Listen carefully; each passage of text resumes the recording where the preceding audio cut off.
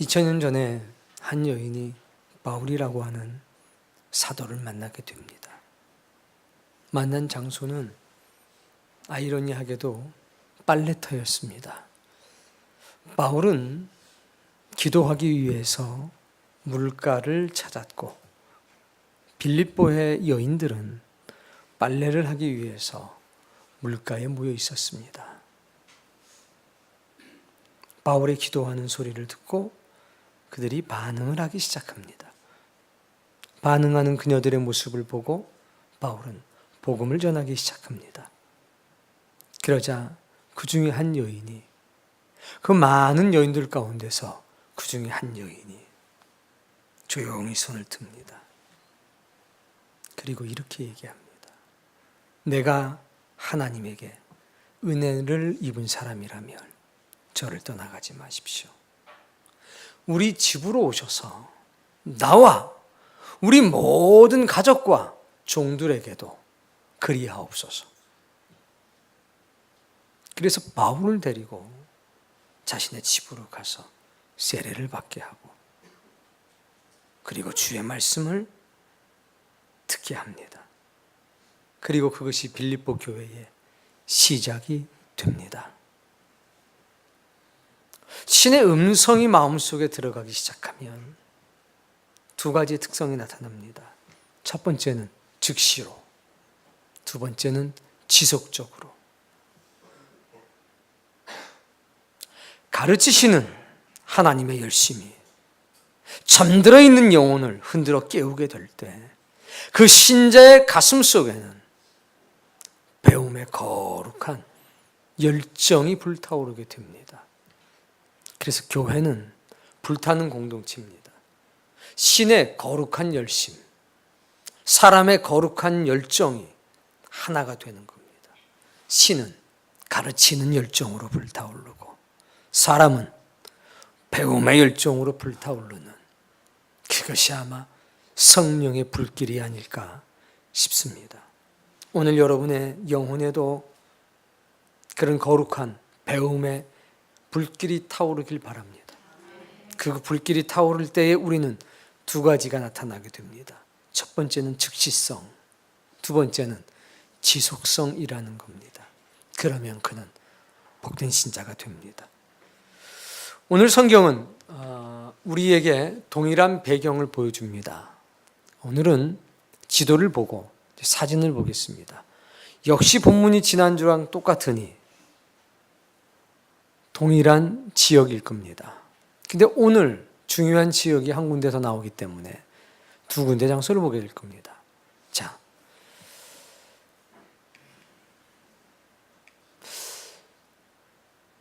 예루살렘입니다. 성경 본문의 배경은 가나안 땅이라고 불렸던 이스라엘 땅인 예루살렘 배경으로 하고 있습니다. 그런데 오늘 예배 중에 우리는 이 신의 광야에 있는 신의 산이라고 하는 굉장히 중요한 시나이 반도에 있는 아주 척박한 땅에 있는 민둥산입니다. 여기에서 하나님께서는 위대한 역사를 이루셨습니다.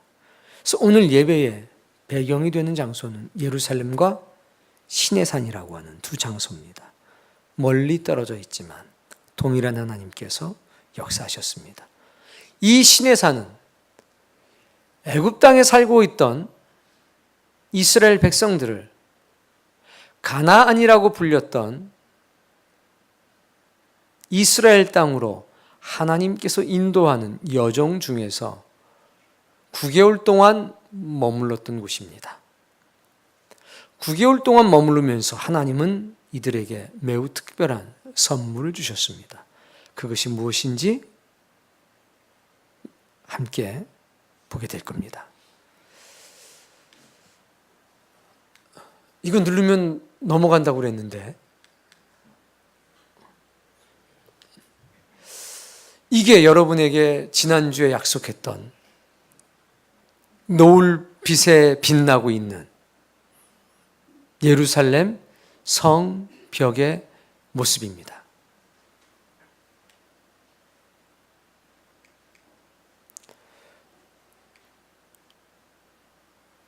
이게 확대가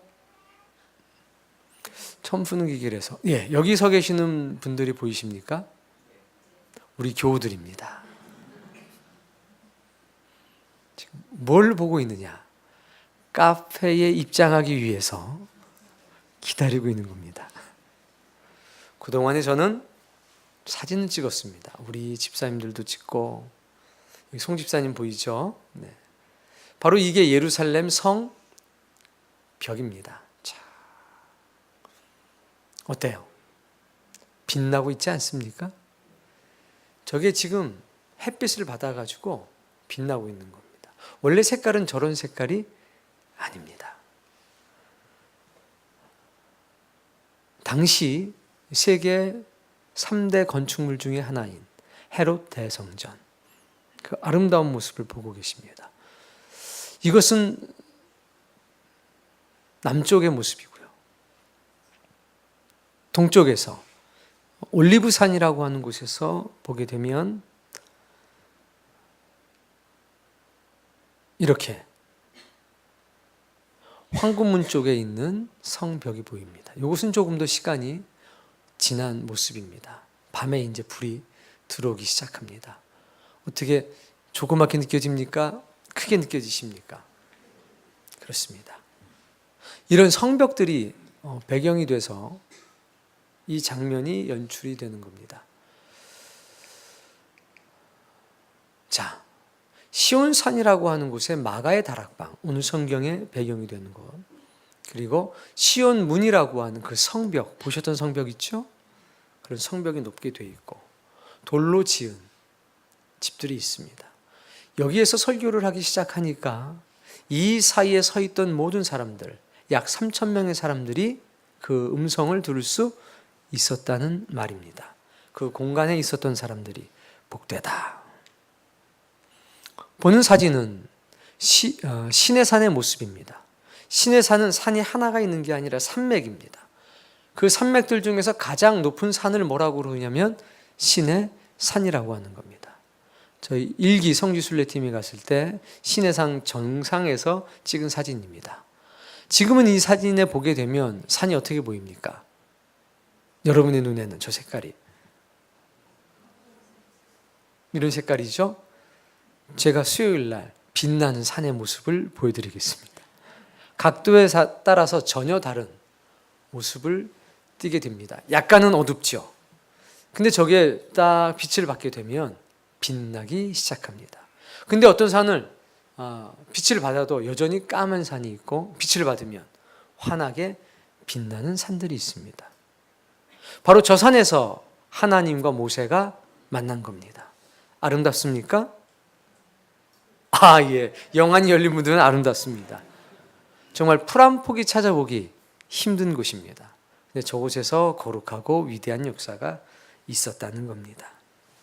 교회는 가르치시는 신의 열정과 배우는 사람의 열정이 불타는 곳입니다.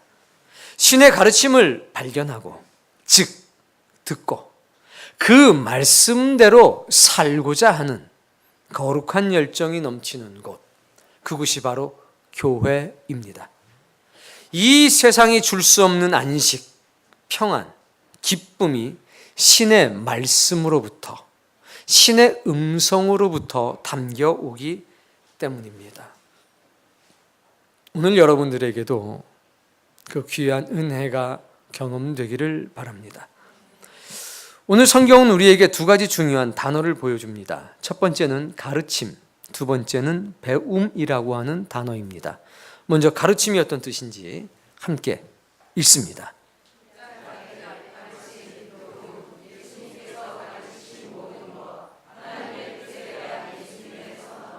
디다케는 가르침, 교훈이라고 하는 뜻인데 예수님께서 가르쳐 주신 모든 것입니다. 일부가 아니라 전부라는 겁니다. 동시에 그 내용은 하나님의 뜻입니다. 그래서 하나님의 뜻에 대한 예수님의 모든 선언이 디다케가 되는 겁니다. 그런데 이 디다케에는 두 가지의 특징이 있습니다. 첫 번째 특징은 모든 지식이라는 겁니다. 일부의 지식이 아니라 모든 지식. 그러니까 가르침이라고 하는 성경의 디다케는 모든 지식에 관한 가르침입니다. 두 번째는 가르치는 자의 삶입니다. 그러니까 디다케를 받아들이는 사람은 두 가지를 받아들이는 겁니다. 첫 번째는 모든 지식, 두 번째는 가르치는 자의 삶을 받아들이게 됩니다. 내가 지식은 받아들이겠는데 삶은 받아들이지 못하겠다. 디다케가 아닌 겁니다. 내가 삶은 받아들이겠는데 지식은 받아들일 수가 없다. 이거 아닌 겁니다. 사도의 가르침을 받아들였다는 얘기는 사도의 삶을 받아들였다는 얘기고, 동시에 그들의 모든 지식을 받아들였다는 얘기입니다. 디다케는 그래서 삶과 지식이 하나가 되는 것입니다. 자, 두 번째는 가르침이 있으면 반드시 뭐가 있어야 되느냐면 배움이 있어야 합니다. 이 배우다라고 하는 말은 읽으세요. 네, 만다노라고 하는 말입니다. 배우다는 뜻인데 기본적인 의미는 다음과 같습니다. 읽으세요. 마음을 어떤 것으로 향하게 하다. 내가 사도의 가르침을 받아들였다, 배웠다. 내가 예수님의 가르침을 배웠다.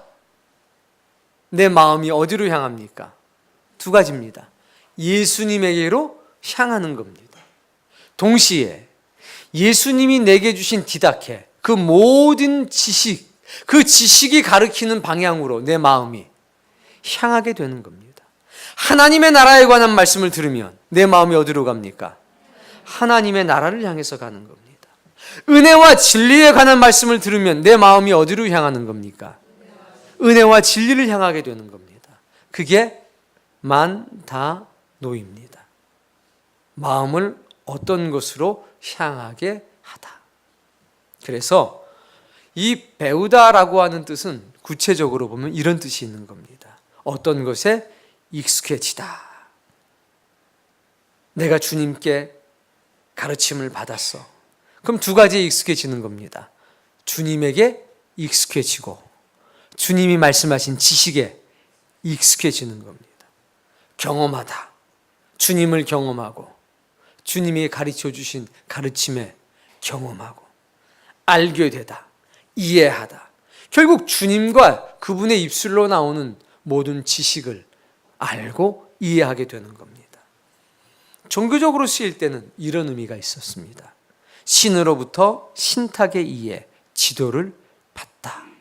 그게 배움, 만다노입니다. 자, 오늘 우리 교회에는 두 가지가 있어야 되겠습니다. 하나는 디다케, 신의 가르침. 또 다른 하나는 성도의 만다노, 배움. 그래서 경험해야 합니다. 우리의 마음이 그분을 향하고 신성한 지식을 향해야 되는 겁니다. 빌립보 성에 살고 있던 루디아라고 하는 한 여인의 고백과 말. 내가 하나님께 은혜를 입은 사람이라면 나를 떠나가지 마십시오.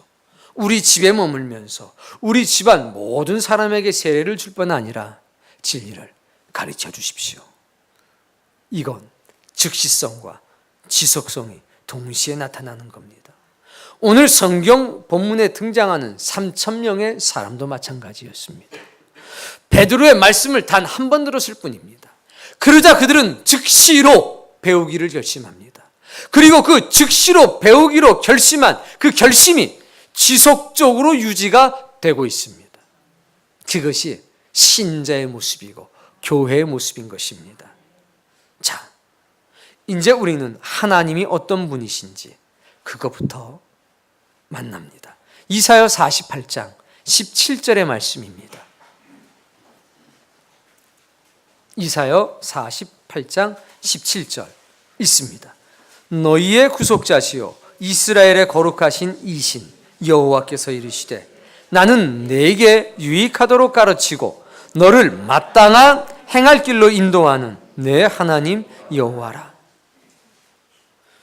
당신님 스스로 당신님에 대한 증언을 하는 겁니다. 나는 가르치는 하나님이다. 어떤 하나님? 가르치는데 네가 유익할 수 있도록, 너에게 유익하도록 나는 가르치는 하나님이다. 동시에 마땅히 행할 길로 인도하는 하나님이다. 그러니까 하나님은 가르치실 뿐만 아니라 우리로 그 가르치신 말씀대로 살도록 하는 하나님이시라는 겁니다. 가르치시고 살게 하시는 하나님.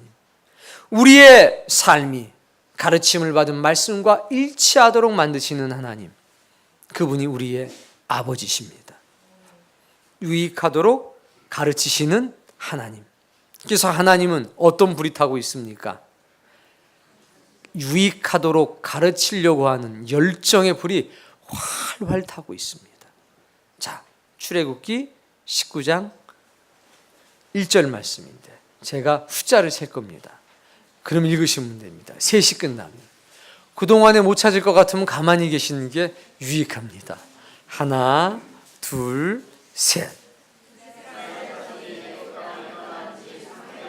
바로 이겁니다.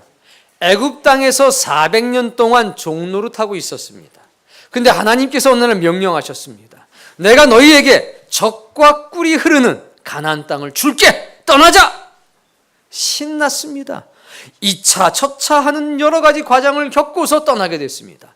자, 3개월이 되던 날 다음 말씀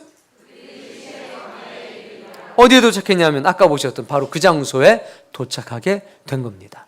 몇 개월 만에? 3개월 만에. 2절 그 광야에 이스라엘이 거기 산 바로 그 산 앞에서 장막을 친 겁니다. 보셨죠? 그 산들 2000m가 넘는 산입니다.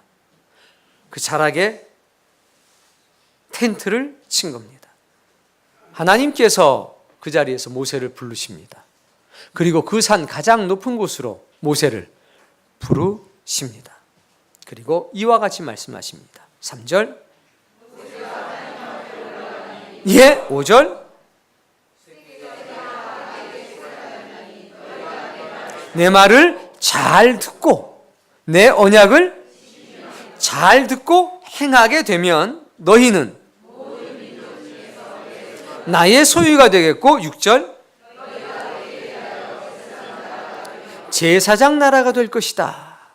결국 이 가르침은 종노릇하는 사람들에게 제사장이 되게 하고 우리가 이해하기 쉬운 말로 왕과 같이 살 수 있도록 도와주신다는 말씀 아닙니까?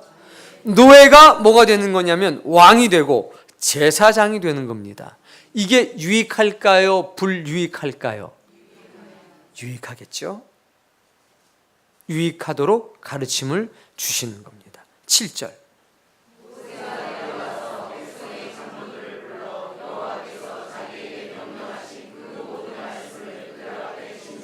모세가 등장합니다. 전달자입니다. 신의 음성을 듣고 그것을 누구에게? 백성들에게 전달해 줬습니다. 우리 입장에서는 모세가 가르치는 자처럼 보이는 겁니다. 그러나 모세는 전달자입니다. 전달자로서 가르치는 자가 되었습니다. 8절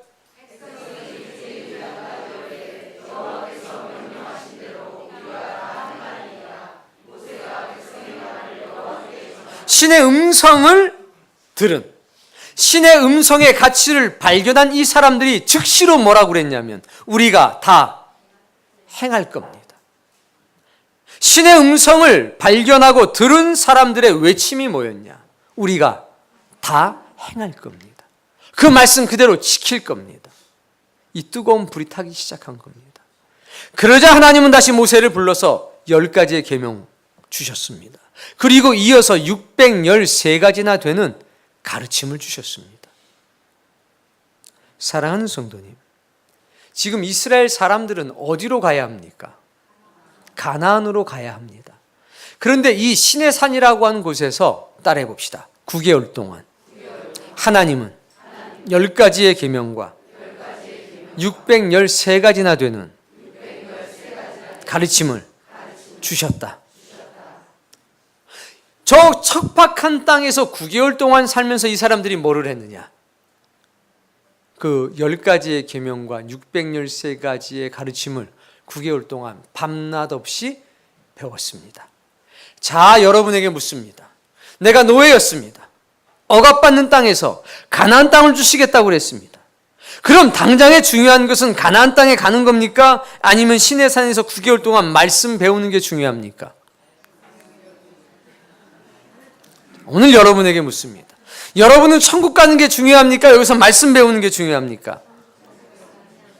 그럼 여러분은 천국 가는 게 중요하고 이스라엘 백성들은 배우는 게 중요한 겁니까? 가나안 땅 주시겠다고 그랬는데 9개월 동안 멈춰 서서 하나님의 말씀을 배웠습니다. 자, 노예 배우는 거 좋아할까요? 좋아하지 않을까요? 노예에게 필요한 건 뭡니까? 먹을 거, 또 쉬는 거. 먹고 쉬면 그래서 노예입니다. 그래서 영혼이 영적인 사망의 종으로 사는 겁니다. 매일 근심하고 걱정합니다. 그래서 잠깐 좋습니다. 200만 원 월급 받다가 250만 원으로 오르면 너무 좋습니다. 한 달? 한 달 지나면 역시 또 부족합니다. 노예이기 때문에 그렇습니다.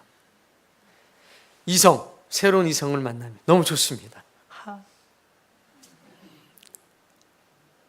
얼마 지나면 다시 그 새로운 이성 때문에 고통받고 영적인 노예들은 그렇게 삽니다. 환경의 지배를 받고 사는 겁니다. 하나님께서는 가나안 땅에 들어가서 노예처럼 살기를 원하지 않으셨습니다. 하나님께서 주신 인격과 자유의지를 가지고 그 땅을 지배하고 다스리는 왕 같은 제사장이 되기를 원하셨습니다. 그래서 뭐가 필요했느냐? 가르침. 이분들에게는 배움. 뭘 도대체 배우는 겁니까? 신의 가치를 배우는 겁니다. 노예처럼 살던 사람들이 신의 가치를 가지고 사는 사람이 되기를 주님은 원하셨습니다. 그래서 9개월 동안 가르치신 겁니다. 그들은 배우는 열정에 불타기 시작했습니다. 하나님과 모세가 만날 때 장면을 보니까 그 산이 불타고 있었습니다. 모세가 와서 어떤 말을 하자 이들이 이렇게 고백합니다. 제발 하나님에게 직접 말씀하지 말라고 하십시오. 그 음성을 들으니까 우리의 혼이 떠나갈 것 같고 우리의 심장이 찢어지는 것 같습니다. 당신을 통해 말씀해 주신다면 우리가 그대로 다 지키고 행할 겁니다. 모세가 하나님과 만나서 가르침을 받고 모세는 배울 때 그 산이 불타고 있었습니다. 오늘 이 교회도 불타고 여러분의 영혼도 불타기를 바랍니다. 하나님은 어떤 분이십니까? 왜 가르치십니까? 신의 가치를 가지고 살아가려고. 완전한 땅에서 완전한 가치를 이룰 수 있는 존재를 만드시려고.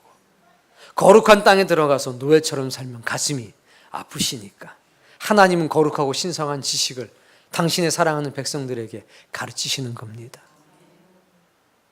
문제는 60만 명 중에서 그 가르침을 뜨거운 가슴으로 받아들였던 사람이 2명밖에 없었다는 게 아이러니한 일이긴 합니다. 우리 예수님은 어떤 분이셨을까요? 마태복음 4장 23절을 보겠습니다. 하나, 둘, 셋.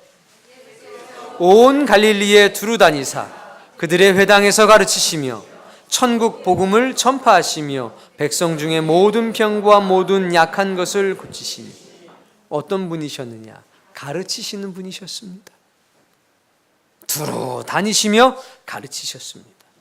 어느 날 이른 새벽에 예수님께서 제자들에게 명령하셨습니다. 그리고 떠나자. 아니 이 새벽에 어디를 간단 말입니까? 여기서 가르칠 거 다 가르쳤으니까 다른 동네로 가서 가르치며 전도하자. 이른 새벽에 떠나셨습니다. 뿐만 아닙니다. 이른 새벽에 가르치실 썰뿐만 아니라 늦은 밤 제자들을 앞에다 놓고 또 Q&A 시간을 가졌습니다. 그제 낮에 들은 말씀들에 대해서 이러고 저러고 질문이 하나 있습니다. 밤이 새도록 가르치셨습니다. 낮에는요. 바다에서도 가르치시고 산에서도 가르치셨습니다. 종일토록 가르치셨습니다.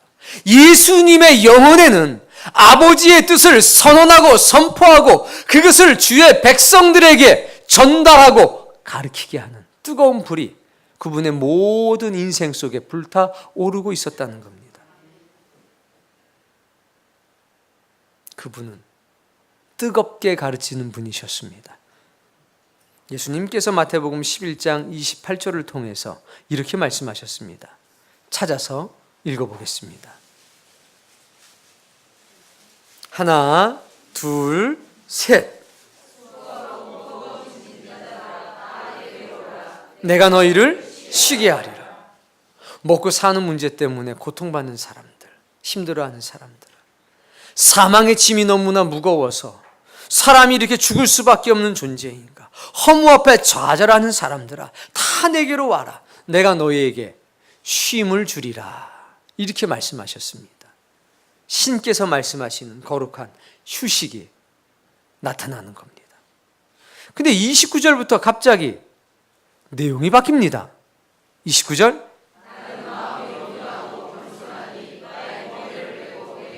뭐라고 그러시냐면 쉬게 하리라 하시더니 내게 배우라.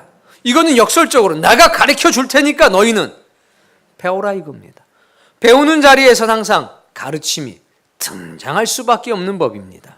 그리하면 아멘. 쉬게 할 거야. 근데 방법을 제안하는 겁니다. 배워라. 신의 음성을 받아들여라. 그러면 너희 마음이 휴식, 참된 쉼을 얻게 될 것이다. 주님은 무엇을 우리에게 보여주십니까? 쉼이라고 하는 것과 배움이라고 하는 것은 하나라는 겁니다. 사람은 신의 가르침을 배울 때 비로소 영혼의 쉼, 안식, 평안, 기쁨을 얻을 수 있는 존재라는 겁니다. 사랑하는 성도님, 장사하시는 분들 있잖아요. 음식점 장사도 하고 옷가게도 하고 여러 가지 사업과 비즈니스 합니다. 왜 스트레스가 오죠? 장사가 안 돼요. 매출이 떨어져요. 그러면 어떻게 됩니까? 마음이 평안해집니까? 스트레스가 옵니까? 이 얘기는 하면 안 되겠다. 자, 직장에서, 일터에서, 가정에서 그 일이 안 되면 너무 고통스럽습니다. 근데 교회 와서 보면 다른 사람들은 너무 팔자가 좋아 보입니다. 막 생글생글 웃고 막 봉사도 하고 하나님의 은혜가, 주님의 은혜. 저 사람들은 팔자가 좋은가 보다. 그저 먹고 산, 그래. 신랑이 돈 잘 보다 주니까 그냥 저렇게 여기저기 돌아다니면서 봉사도 하고 그렇지. 팔자 좋다. 아닙니다. 그 사람도 팔자가 사납습니다.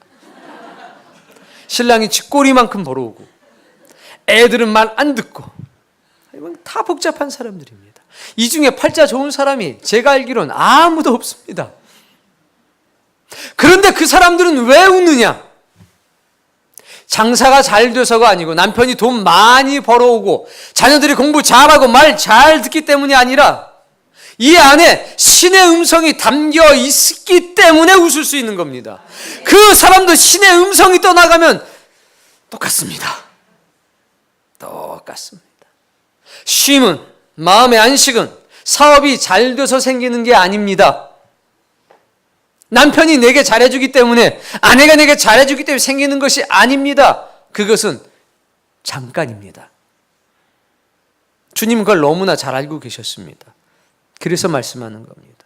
먹고 사는 거 힘들지, 지치지, 내가 쉬게 해줄게. 나한테 와서 배워. 신의 음성이 네 인생 속으로 들어가야 비로소 평안이 찾아오는 법이야. 이걸 경험하셔야 합니다.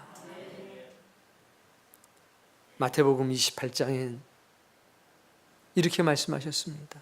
제가 읽을게요. 내가 너희에게 분부한 모든 것을 가르쳐 지키게 하라. 이게 마지막 유언입니다. 최후의 명령입니다.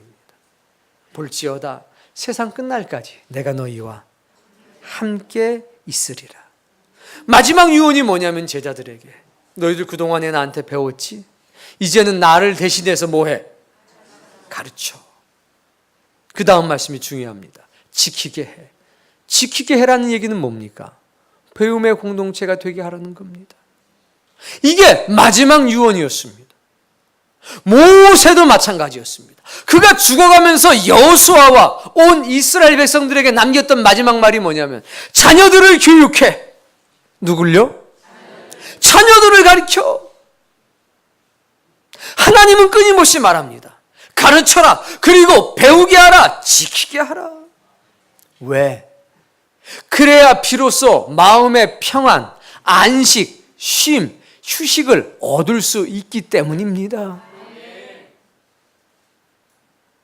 주일날 그냥 아무것도 안 하고 쉬고, 그럼 그 다음날 월요일날 너무 상쾌해서, 야, 하루 쉬었더니 그냥 뭐 힘이, 가자! 일터로 가자! 그렇게 됩니까? 에휴, 그냥 쉬는 날은 이렇게 빨리 가는지 모르겠어요. 그러나 말씀 듣고 은혜 받은 사람은 어떻게 됩니까? 가자! 돈 벌러 가려고 그러면 발이 안 떨어지고 복음 전하러 가고, 영적 전투하러 가고, 밭에 씨를 뿌리러 간다고 생각하면 어떻습니까?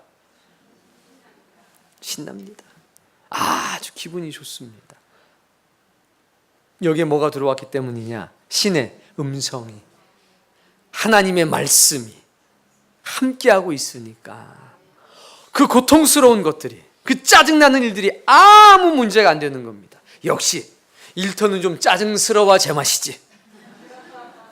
역시 사람은 좀 스트레스를 극복하는 그 맛이 있는 거지. 역시 원수를 사랑하는 게 신앙이야. 가자, 원수를 향해. 그런 거 아닙니까? 한 번씩 들어올 때 보면 부부지간에 따로 들어오는 분들이 한 번씩 있습니다. 그 왜 그런지 다 알잖아요. 근데 말씀 끝나고 예배가 끝나면 둘이 손 붙들고 나갑니다. 왜 그래요? 신의 음성이 여 안으로 들어온 겁니다. 그냥 누가 뭐라고 그러지 않았는데 손을 탁 잡고 용서가 되는 겁니다. 아주 처음에는 그냥 내 인생의 그냥 가시야 이렇게 생각했던 게 예배가 끝나고 나면 내 인생의 장미꽃이야. 남편이 바뀌었나요? 아내가 바뀌었습니까? 누가 바뀌었습니까? 내가 바뀐 겁니다. 내가 메말랐던 신의 음성이 여기서 다시 터져 나오기 시작했다는 겁니다. 그게 평안 아닙니까? 저도 신의 음성이 아니었으면 진작 갈라섰습니다. 신의 음성이, 신의 은혜가 제 안에도 우리 아내에게도 들어가니까 이렇게 다복하게 사는 겁니다. 하나님 아니셨으면 저희는 진작 끝났습니다. 하나님의 은혜가 우리를 복되게 한 겁니다.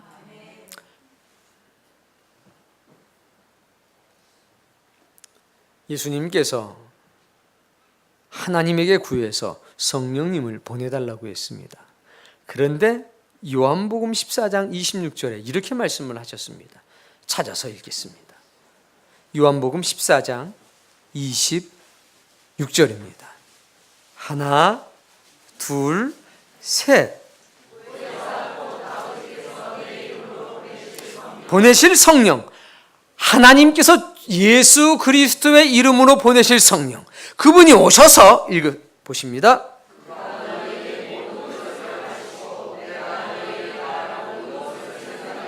성령님이 오셔서 무엇 하십니까? 가르치신답니다. 내가 세상에 제일 지겨운 게 배우는 건데 이거 쉬려고 교회 왔더니 또 배우래네. 잘 오신 겁니다. 성령님도 가르치신답니다. 이분이 가르치시면 예수님이 말씀하신 모든 것이 생각난답니다. 완벽한 디다케입니다. 잘못 왔어. 어쩐지 이상했어. 그런데 말입니다. 27절에 어떤 말씀이 이어지는지 아십니까? 읽어보세요. 뭘 주셔요? 그 모든 말씀이 생각날 때 내 안에 평안이 되살아난다는 겁니다. 내가 너희에게 주는 것은 세상이 주는 것과 같이 아니하리라. 너희는 마음에 근심하지도 말고 두려워하지도 말고. 성령의 가르침을 받아들인 사람에게 평안이 생기는 겁니다. 근심이 떠나간다는 얘기입니다. 두려움이 사라진다는 얘기입니다. 복 아닙니까? 배우는 열심히 있어야 합니다.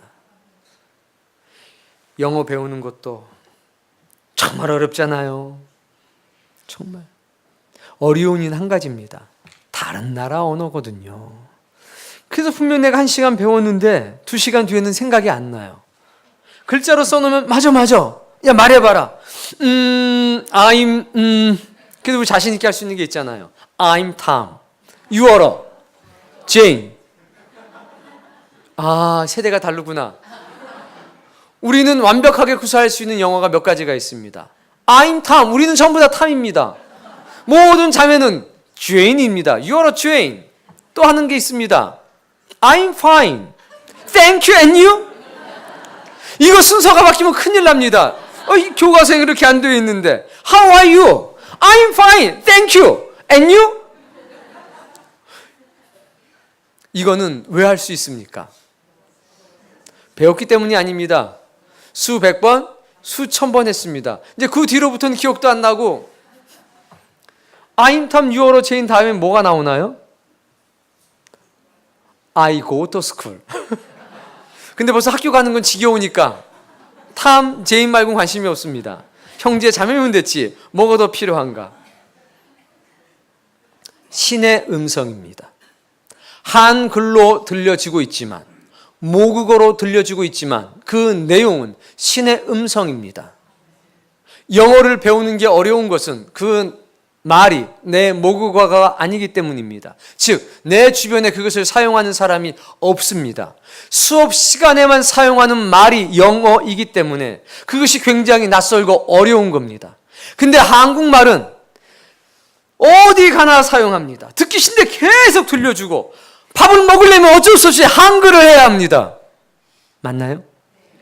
그래서 여러분들은 한글을 능통하게 사용하는 한글의 능력자인 겁니다. 신의 음성을 들었습니다. 예배 시간에만 신의 음성을 듣고 일주일 만에 다시 와서 다시 신의 음성을 듣는다면 여러분은 어떻게 되겠습니까? 맹순이가 됩니다. 항상 맞아. 근데 문 열고 들어가는 순간부터 벙어리 비슷하게 돼서 그런 말씀이 있었어? 왜 난 기억이 안 나지? 이야, 저 집사님은 도대체 뭘 먹어서 이렇게 입만 열면 하나님이 이러고 저러고 말씀이 저러고 저러고. 이야, 울타리 모임씨가 다 느끼는 거잖아요. 아이고, 난 언제 저렇게 되나. 아이고, 난 어떻게 저렇게. 난 입만 열면 TV 얘기, 쇼핑 얘기, 이런 얘기 저런 얘기. 아이고, 저분들은 어떻게 저렇게 하나. 놀랍지 않습니까? 방법이 달리 있는 게 아닙니다. 계속 배우고 계속 말하는 겁니다. 내가 이 말을 하지 않으면 먹을 수 없다. 내가 이 말을 하지 않고는 마실 수도 없다. 내가 이 말을 하지 않고는 잠을 잘 수도 없다. 신의 음성에 젖어 살아야 되는 것 아닙니까? 그걸 뭐라고 그랬냐면 너희가 달려가면서도 읽을 수 있도록 너희 마음에 새겨라. 어디예요? 그 영어로 암기하다.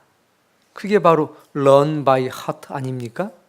심장에 새기라는 겁니다. 심장으로 배우라는 겁니다. 그것이야말로 신의 음성을 듣는 우리가 취해야 될 태도가 아닐까 싶습니다. 평안하길 바라십니까? 그러면 신의 음성을 여러분의 마음에 담으십시오. 남편 때문에 내 심장이 복잡한 게 아닙니다. 내 아내 때문에 내 마음이 불안한 게 아닙니다. 돈이 없어서 불안한 게 아니고 뭔가 직업이 불투명하기 때문에 초조한 게 아닙니다. 여기에 신의 음성이 담겨져 있지 않기 때문에 어두움에 갇혀있는 사람이 되는 겁니다. 이걸 여러분이 꼭 깨닫기를 바랍니다. 모든 사람에게 가르쳐라. 그리고 모든 것을 지키게 하라. 사도들이 그 말씀을 받았습니다. 이제 사도들은 뭐라고 그랬냐?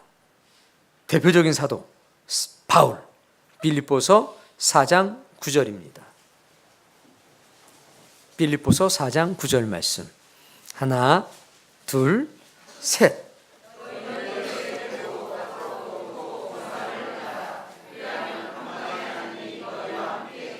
아멘. 첫 번째, 4개. 배워라. 두 번째, 듣고 본바를 행하라. 그러니까 배워라.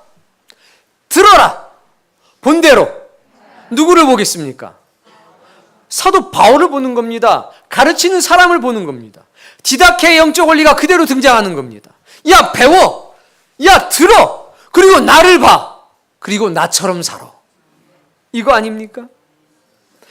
나처럼 살아. 나를 배워. 내 가르침을 받아들여. 그러면 평강의 하나님이 너희와 함께 할 거야. 평강의 하나님이 들어오니까 내 마음이 어떻게 됩니까? 평강해지는 거 아닙니까? 평온해지고 행복해진다는 얘기입니다. 봐. 내가 세상에 쓰레기처럼 버림받았잖아. 봐. 내 안에는 사망이 역사하고 너희에게는 생명이 역사하잖아. 그러나 봐. 내가 행복하잖아. 너희들도 나처럼 행복해야지.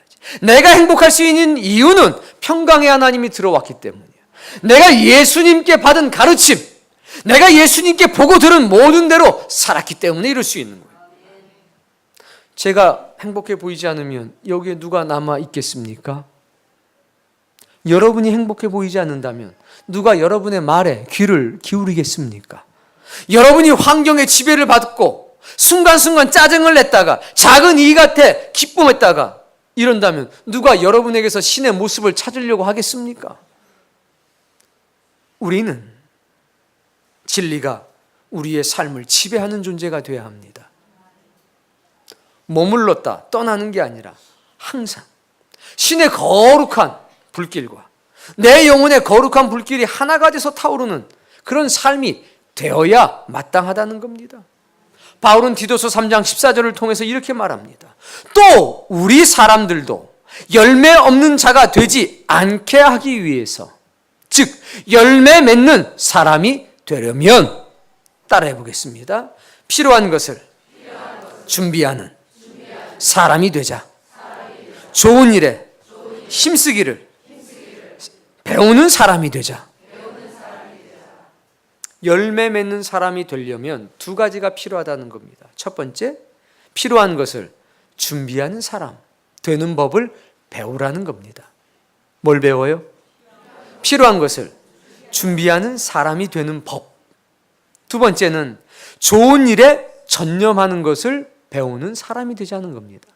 좋은 일이 뭡니까? 좋은 일. 하나님 나라를 상속받기에 적합한 상태를 만들어 주는 일. 거기에 뭐 하는 법? 전념하는 법. 네 인생의 우선순위에 그것을 놓는 법을 뭐 하라? 배워라. 그러면 열매 맺는 사람이 된다는 얘기입니다. 열매 맺는 사람이 되기 위해선 배워야 된다는 겁니다. 두 가지를. 첫 번째, 필요한 것을 준비하는 법, 좋은 일에 전념하는 법을 뭐 하라? 배워라. 교회를 나오는 게 중요한 게 아닙니다. 교회를 나왔으면 필요한 것을 준비하는 법을 배워야 합니다. 좋은 일에 전념하는 법을 배워야 합니다. 배우는 것은 듣는다고 생기질 않습니다. 그것대로 살 때 생기는 법입니다. 좋은 열매를 맺는 게 왜 중요합니까? 예수님이 이렇게 말씀하셨습니다. 따라해 보겠습니다. 아름다운 열매를 맺지 아니하는 나무마다 찍혀 불에 던져지느니라. 이러므로 그들의 열매로 그들이 누구인지를 알 것이다. 이렇게 말씀하셨습니다. 열매로 사람을 안다는 겁니다. 근데 열매를 맺는데 단서가 있습니다. 좋은 열매. 어떤 열매요? 좋은 열매. 좋은 열매를 맺히느냐 맺히지 못하느냐가 우리를 천국과 지옥을 가르는 기준이 되는 것입니다. 그러니 좋은 열매를 맺는 건 굉장히 중요한 거 아닙니까? 좋은 열매 맺으려면 필요한 것을 준비하는 법을 배워야 합니다. 좋은 열매 맺기 위해선 좋은 일에 전념하는 법을, 힘쓰는 법을 배워야 합니다. 누구를 위해서? 나 자신을 위해서. 나는 너를 유익하게 가르치는 하나님이라. 내게 와서 배워라. 그러면 너희 마음이 쉼을 얻을 것이라. 이게 일관된 말씀 아닙니까? 여러분 안에 배우고자 하는 열심이 있기를 바랍니다. 어떠한 대가, 희생을 치르고 나서 신의 음성을 내 마음속에 담고 사는 사람이 돼야지. 이런 의지, 이런 열심이 넘쳐야 합니다. 오늘 본문에 그들이 사도의 가르침을 받아 서로 교제하고 떡을 떼며 오로지 기도하기를 힘쓰니라. 왜 나는 기도하지 못하는가? 가르침을 받아들이지 않았기 때문입니다. 나는 왜 떡을 떼는 일이 힘든가? 나는 왜 사람들과 교제하는 일이 힘든가? 나는 왜 어울리지를 못하는가? 디다케를 받아들이지 않았기 때문입니다. 하나님이 이렇게 말씀하셨습니다. 내가 오늘 너의 행복을 위하여 너에게 명하는 모든 명령과 규례를 지킬지어다. 행복하길 원해? 그럼 내가 명령하는 것, 내가 세운 규례를 지켜. 이 모든 명령과 규례는 너를 행복하게 만들기 위해서 주는 거야. 하나님의 음성 속에는 우리를 행복하게 하는 힘이 담겨 있다는 겁니다. 사랑하는 성도님, 하나님의 명령은 우리를 괴롭게 하는 것이 아닙니다. 이른 새벽에 일어나서 교회 나올 준비를 하고 교회 나오신 여러분, 인생의 모든 번잡하고 바쁜 것을 뒤로 하고 아버지의 집에 나온 여러분은 출석 도장을 찍기 위해 온 것이 아니라 마음의 신의 음성을 담기 위해 온 것입니다. 거룩한 배움의 열정, 신성한 지식에 대한 뜨거움이 여러분에게 불타야 합니다. 이스라엘이여, 너는 행복한 사람이로다. 왜? 광야에 있는데 행복한가? 신의 음성을 들었기 때문입니다. 신의 가치를 가지고 모든 것을 분별할 수 있고 판단할 수 있고 신의 가치를 따라 살 수 있는 사람이기 때문에 행복한 사람이 된 것입니다. 고린도전서 2장 9절의 말씀을 다 함께 찾아보겠습니다. 우리는 따라해 봅시다. 위대한 발견과 위대한 깨달음을 갖자. 고린도전서 2장 9절 읽습니다.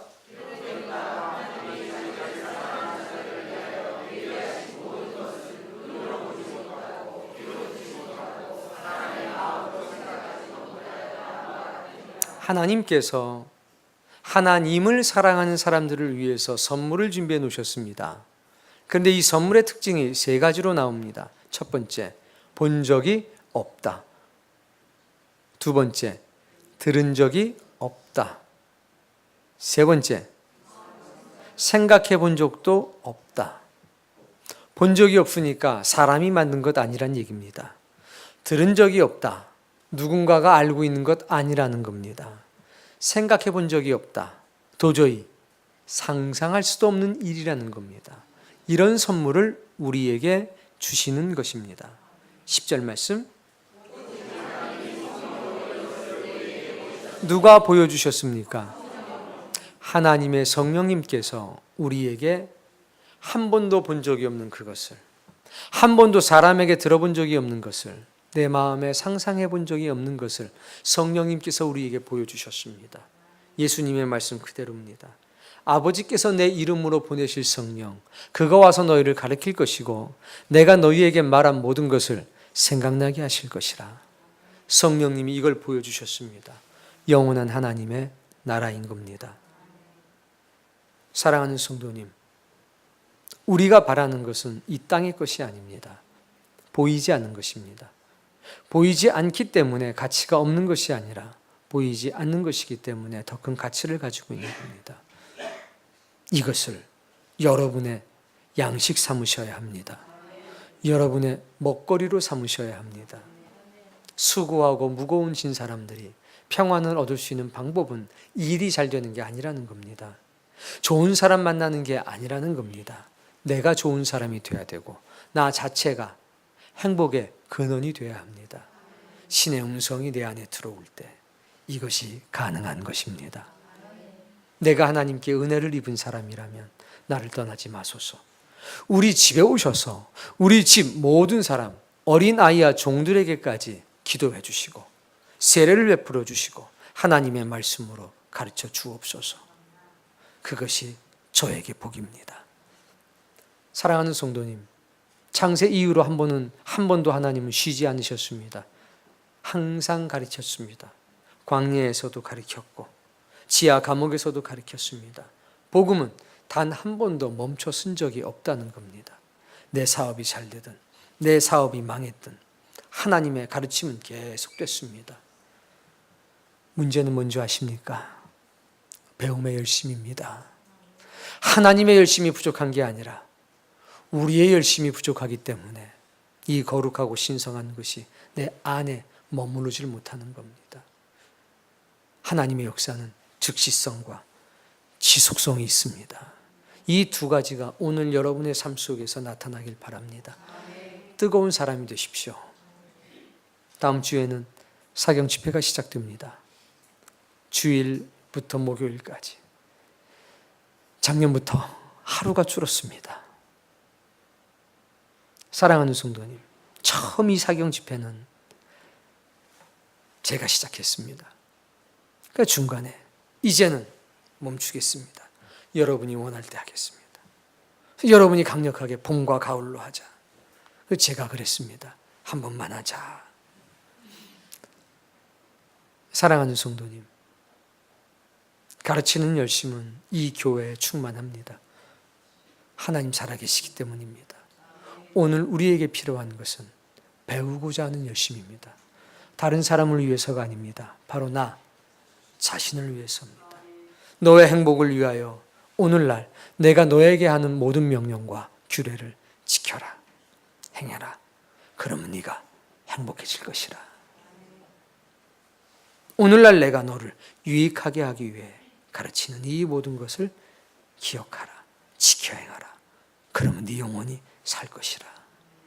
이 놀라운 은혜가 오늘 여러분에게, 그래서 성령님의 깊은 은혜를 통해서 본 적도 없고 들은 적도 없고 생각해 본 적도 없는 하늘의 귀한 복을 다 누리시고 이 땅에 살아가는 동안에는 행복과 쉼 속에서 평안히 거할 수 있는 귀한 사람들이 다 되시기를 주의 이름으로 축복합니다.